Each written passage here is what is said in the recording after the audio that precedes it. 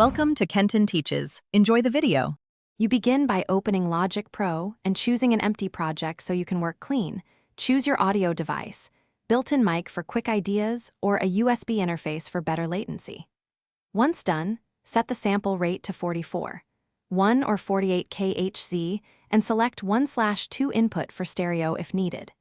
You'll add an audio track for vocals or guitar and a software instrument track for keyboards. Name each track now so you stay organized as you record.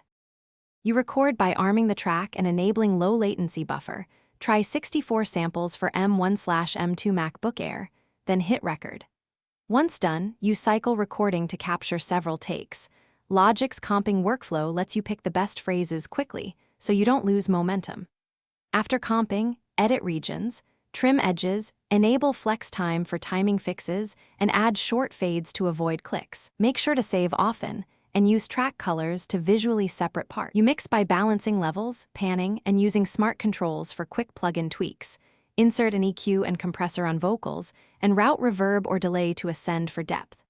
Once you're happy, bounce to a stereo file via File Bounce PCM, choose 24-bit or 16-bit, and select offline or real-time as needed.